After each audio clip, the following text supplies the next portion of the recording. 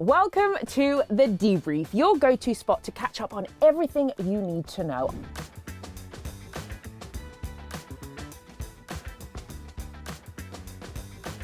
I'm your host, Sarel. Hi. And I'm here to help you break down the latest in current affairs, pop culture, politics, and everything in between. Think of this as your chat with your best friend who's always kind of in the know, but also definitely go away and do your own Googling because knowledge is power. But whether you're looking to stay informed or you just need a quick rundown of what's occurring, I've got you covered. So grab your coffee, get settled in, and let's get started. Today we are looking at P Diddy. This is a beefy story with many layers and it's forever evolving. So we're going to just jump straight into it. For those of you who are unaware of who P Diddy is, here is a literal quick rundown. Sean Love Combs, born Sean John Combs on November 4th, 1969, known by his stage name Diddy, but also known as Puff Daddy, P Diddy, PD, Sean John, Brother Love, etc. Mr. Brother Love is an American rapper, record producer, and record executive. He is credited with the discovery of artists like Notorious B.I.G. and the cultivation of artists like Mary J. Blige and Usher. Born in Harlem, raised in Mount Vernon, New York, Diddy was a business major at Howard University but left after his second year. However, his career and business achievements are extensive. To name a few, Diddy has won 3 Grammys from 13 nominations. He's worked as a talent director at Uptown Records before founding his own record label, Bad Boy Records, in 1993. Outside of music, he's also known for his work with MTV's reality series Making the Band, his clothing line Sean John that launched in 1998, and Diddy served as brand ambassador for vodka retailer Ciroc from 2007 to 2023. Not to mention, he co-founded the television network Revolt in 2013 and received an honorary doctorate in humanities from Howard University. And just last year, he was given the keys to New York City. Diddy's track record of success is impressive. And according to former Forbes magazine editor Zach O'Malley Greenberg, he estimated that the mogul's net worth was around $1 billion in 2022, making him one of the wealthiest musical artists, and not to mention a staple in the black community. For many years, he was seen to represent black excellence. So the man has done quite a lot. And I wish that was the end of it. But it seems like behind most successful Hollywood men, there is a deep, dark layer of twisted going-ons. So let's break it down. How did this all start? As I said, Diddy was viewed as the epitome of black excellence by most people. So you can only imagine the shock that rippled through the internet November 2023 when Cassandra Ventura, also known as Cassie, sued Diddy for $30 million. In the federal lawsuit, she claimed that her former partner, Sean Diddy Combs, was physically and sexually abusive throughout their 11-year relationship. In the 35-page document, Cassie accused Combs of various forms of abuse, including sexual assault, sex trafficking, emotional manipulation, and rape. The lawsuit also detailed allegations of drug use and coerced sexual encounters with male prostitutes. Cassie's lawsuit against Diddy was settled within 24 hours. The suit was the first domino to fall, and off the back of it, 7 more women and 2 men have sued Combs, accusing him of a wide range of abusive behaviour, including sexual harassment, rape, non-consensual pornography, sex trafficking. And then things escalated in March when federal agents raided Diddy's properties in Miami and LA. On September 16, federal agents arrested him in Manhattan. The music mogul was charged with racketeering, sex trafficking, and transportation to engage with prostitution.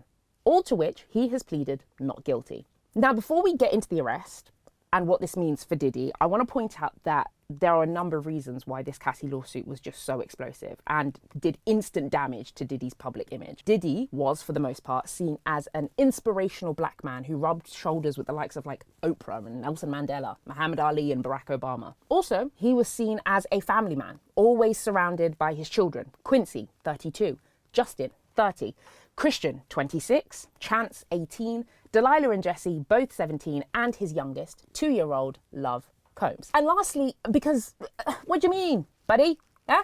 You're a billionaire with so much success and respect under your belt, and you destroy your legacy with alleged drug-fueled sex parties that allegedly had underage girls and allegedly sex trafficked people across state lines. And you allegedly threatened and intimidated those who worked for you and forced them to commit crimes on your behalf. And you also allegedly filmed rappers as they engaged in gay sex so you could blackmail them with revenge porn. And now you don't have your honorary degree anymore. Nah? Because Howard University revoked it and discontinued a scholarship program named after you. And they also returned your $1 million donation because they didn't want any of your dirty little Diddy money. You are currently in solitary confinement in one of the most dangerous federal prisons in the United States while awaiting your trial in a federal court. So yeah, but let's break down the arrest. Let's talk about why this whole thing came to be and what the prosecution are saying. Andre Damian Williams is the United States Attorney for the Southern District of New York. He has been involved in the prosecution of numerous high-profile individuals, including Ghislaine Maxwell, I don't know how to say that girl's name, who was Jeffrey Epstein's accomplice/associate. September 16, Diddy is arrested quite publicly outside of a Manhattan hotel and then federally charged with racketeering conspiracy, sex trafficking by force, fraud, or coercion, and transportation to engage in prostitution. He has pleaded not guilty to all charges, as I said before, and is facing a minimum sentence of 15 years to life. So let's talk about racketeering and what it is and why everyone is so scared to get a RICO case. Well, to start off, RICO cases are not dished out to just any old Tom, Dick or Harry, all right? But if you do get one, the conviction rate that the federal prosecution have is high. So what is racketeering? Basically, the law enforcement back in the day was struggling to prosecute the mob and found that when they prosecuted somebody, they could only prosecute individuals, but they couldn't go after the leaders and the associates who were calling the shots and directing these people to commit these crimes. So the RICO Act was enacted in 1970, and it was a way to dismantle the whole criminal organization from the ground up. And usually what they do is they apply pressure on one or two people in the ring. So think of a triangle. At the top of the triangle, you've got Big Dave, right? Big Dave's in charge of this entire criminal group. At the bottom of the triangle, you've got Small Dave. Small Dave. Small Dave does the, the running around, the drug muling and the small stuff. The police catch Small Dave and they arrest Small Dave. And they could just arrest him and put him away, but the entire triangle would just replicate it with another Small Dave and continue the cycle.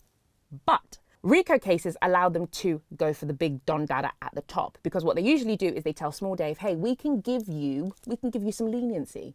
You're looking at 10 years, but if you give us information on how Big Dave is doing this and, if you have any proof or evidence, we can maybe give you 5 years. Small Dave usually coughs up because he doesn't want to do 10 years in the federal clink, and therefore they managed to get Big Dave. In this scenario, the federal prosecution are trying to figure out where Diddy sits on this triangle. Is he Medium Dave? Is he Big Dave himself? We don't know. So how does this tie into what Diddy has done Allegedly, and what he's been charged with? Well, according to the 14-page indictment, it states, and I'm going to read it. For decades, Sean Combs, aka Puff Daddy, aka P Diddy, aka Diddy, aka PD, aka Love. I love the fact that they presented this to the judge, by the way. The defendant abused, threatened, and coerced women and others around him to fulfill his sexual desires, protect his reputation, and conceal his conduct. To do so, Combs relied on the employees, resources, and influence of the multifaceted business empire that he led and controlled, creating a criminal enterprise whose members and associates engaged in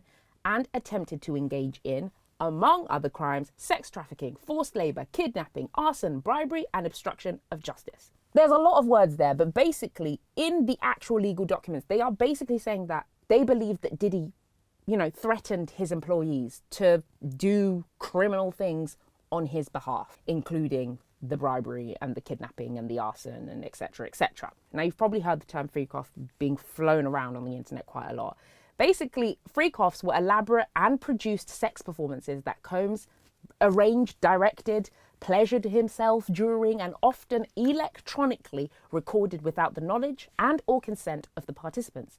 The document talks about the victims typically needing IV fluids to recover from the physical exertion and drug usage. Do you know how insane it is to need an IV drip after a party? When his homes were raided by law enforcement, they seized various freak-off supplies, including narcotics and more than 1,000 bottles of baby oil and lubricant. If that doesn't mean this man is sick and twisted, I don't know. Why do you need 1,000 bottles of baby?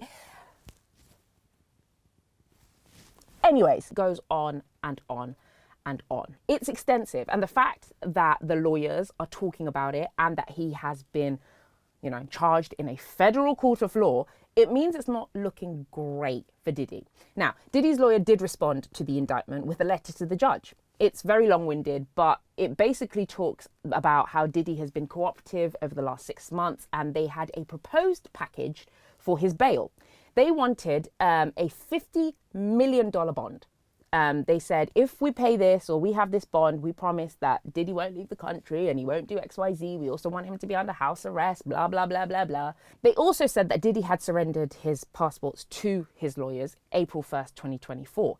Again, this is all to show the judge that, like, hey, we're being super cooperative here, I guess. Not only that, the passports of his children have all been surrendered too. And I know it's not funny, but they even took the passport of little 2-year-old Love Combs. What the fuck is little 2-year-old Love Combs going to do with his passport while his daddy's in prison? I don't know. Anyways, so the prosecution fired back with a letter to the judge again as well, detailing that Diddy is a flight risk and he's known to witness tamper and he is dangerous, yada, yada, yip. And the judge agreed with them. So bail was denied. So what now? Well, if anything else major happens, I'll keep you in the know. But for now, Diddy is currently sat in a federal prison awaiting his trial. More is going to come out throughout the months, and he may give up some of the people he was partaking in these freak-offs with. We'll see what happens. So like I said, this is a fast-paced moving story. I will keep you updated if anything else happens. But for now, that is the end of Series 1, Episode 1 of The Debrief. Thank you so much for watching. And please comment down below if there are any things you want me to debrief on. The Debrief will be on every Friday and I can't wait to dig right in. So make sure you like, comment, share and subscribe. And I will see you here on Friday. Bye!